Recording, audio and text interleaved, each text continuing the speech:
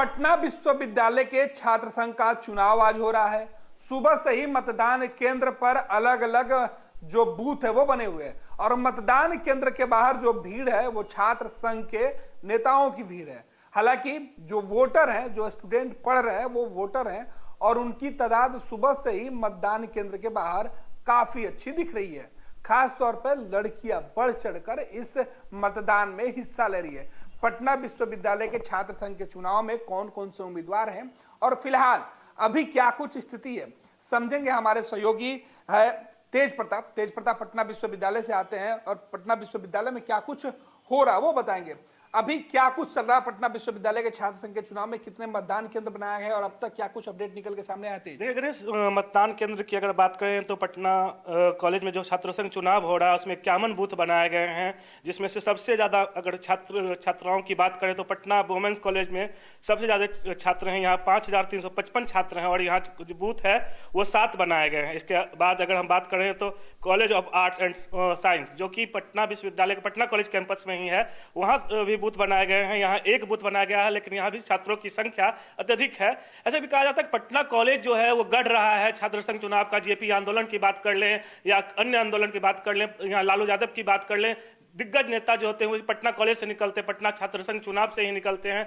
कहा जाता है कि पटना छात्र संघ चुनाव आपके आगे की छात्र राजनीति से लेकर मूल राजनीति तक का सफर तय करवाता है। तो अभी जो है जो अपडेट निकल के आ रहा है वो यही है कि यहाँ की जो महिलाएं हैं इस बार बढ़ चढ़ के हिस्सा ले रही है और 2 साल बाद छात्र संघ चुनाव हो रहा है। आप जानते हैं कि पिछली बार यहाँ के मनीष यादव जो जाप के प्रत्याशी थे उनका कब्जा रहा है। उसके बाद कोरोना काल में चुनाव नहीं हो पाया, चुनाव उसके बाद हुआ है और पूरी प्रशासनिक तैयारी की गई है। 2 दिन पहले जो है पटना के एसपी ने वहाँ दौरा किए, हर हॉस्टल में जाके निरीक्षण किया और देखा कि क्या कुछ है, प्रशासनिक अमलों की जानकारी ली, तमाम तरह की जानकारी ली। इस बार चुनाव के मैदान में कौन कौन पार्टियों ने अपने उम्मीदवार उतारे हैं? देखिए, अगर पार्टियों की बात करें तो विद्यार्थी परिषद, छात्र जदयू, राजद, एएसएफ, एनएसयूआई, तमाम जो छात्र राजनीतिक दल हैं वो अपने उम्मीदवार उतारी है। सबसे महत्वपूर्ण बात करें तो सभी जो है अपनी तरफ से पुरजोर कोशिश किए। अगर हम छात्र की बात करें कौन कौन से प्रमुख कैंडिडेट हैं तो सबसे पहले अगर हम बात करें तो जदयू से आनंद मोहन इस बार चुनाव मैदान में हैं, वहीं अध्यक्ष पद पर, वहीं विद्यार्थी परिषद से प्रगति जो है वो मैदान में है, जबकि अगर हम एनएसयूआई से बात करें तो शाश्वत कुमार जो हैं वो मैदान में है। इन तीनों के बीच जो प्रमुख लड़ाई है वो देखी जा रही है, लेकिन वो तो रिजल्ट ही तय करेगा कि आखिर कब्जा किसका होता है और कौन मैदान फतह करता है। बिल्कुल, छात्र संघ का चुनाव कई मायने में अहम हो जाते हैं क्योंकि छात्र राजनीति से शुरुआत करने वाले ही आज बिहार के सियासत पर कब्जा जमाए हुए हैं। आपको बताते हैं कि बिहार के छात्र संघ के चुनाव में जो स्थितियां निकल के सामने आती है उसमें कई बार हिंसक झड़प भी हो जाता है। इसके पहले जिला प्रशासन के द्वारा पूरी तैयारी कर ली गई है। एक चीज और तेज प्रताप से जानेंगे कि ये जो वोटिंग की प्रक्रिया है सुबह कितने बजे से शुरू हुई है और गिनती को लेकर जो काउंटिंग है वो कब होनी है? तेज प्रताप, सुबह जो है 8 बजे से मतदान शुरू हो चुकी है, दोपहर 2 बजे तक ये मतदान होगा। उसके बाद जो है काउंसिल मेंबर का सबसे पहले रिजल्ट आता है, जो कि दरभंगा हाउस अन्य कॉलेजों में काउंसिल मेंबर का चुनाव होता है, उसका सबसे पहले रिजल्ट आता है। उसके बाद ये जो है मेन सेंट्रल पैनल पे है, सेंट्रल पैनल पे मतदान का रिजल्ट आता है। इसके लिए विभिन्न चरणों में मतगणना होती है। उसके बाद देर रात लगभग 1-2 बजे तक ये रिजल्ट साफ हो जाता है कि आखिरकार किसने पटना विश्वविद्यालय छात्र संघ पर अपना कब्जा जमाया। तो आज ही गिनती पूरी हो जाएगी? जी हाँ, बिल्कुल, आज ही गिनती पूरी हो जाएगी। इसके लिए मतगणना केंद्र भी बनाए गए हैं। पटना जो आर्ट्स कॉलेज है वो मतगणना केंद्र होता है हर बार, पिछली बार भी वही मतगणना केंद्र आता है, इस बार भी उसी को मतगणना केंद्र बनाया गया है और उसी जगह गिनती होगी और देर रात 2 बजे तक ये सब कुछ क्लियर कर लिया जाएगा। सर्टिफिकेट भी बांट दिया जाएगा। सुरक्षा को लेकर पूरा इंतजाम? हाँ, पुख्ता इंतजाम है। देखा गया कि इस बार जो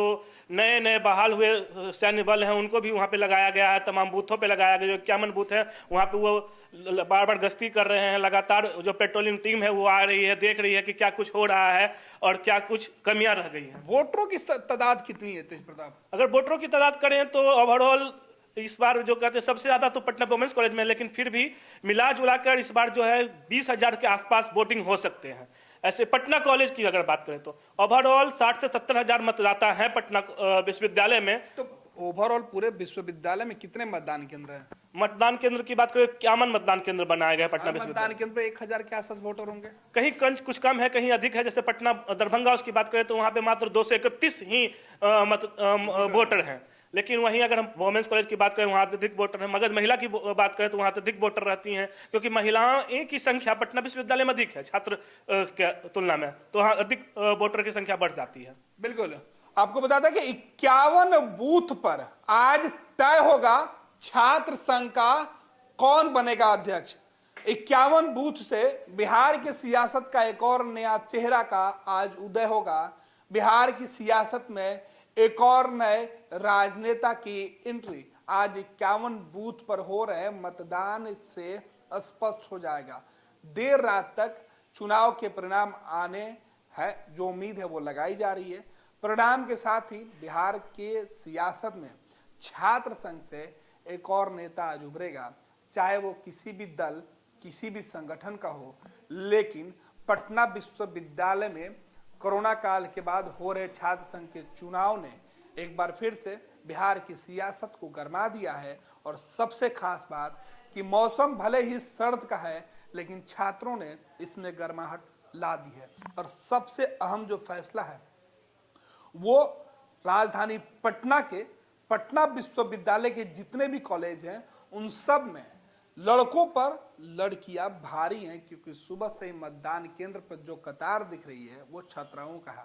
उनकी संख्या भी अधिक है और उनकी ताकत ही इस बार के चुनाव में अहम टर्निंग पॉइंट होगा कि कौन अध्यक्ष बनेगा। लड़कियां किस पर भरोसा दिखा रही हैं और सभी उम्मीदवार जो मैदान में उतरे थे कॉमनवेल्थ उनके जो एजेंडे में जो लड़कियों को पहली प्राथमिकता, उनकी सुरक्षा और उनके जो विभिन्न मांगे थी वही फोकस था, एजेंडा था। देखना है कि किस एजेंडे पर आज मुहर लगती है और पटना विश्वविद्यालय छात्र संघ का नया अध्यक्ष कौन होता है।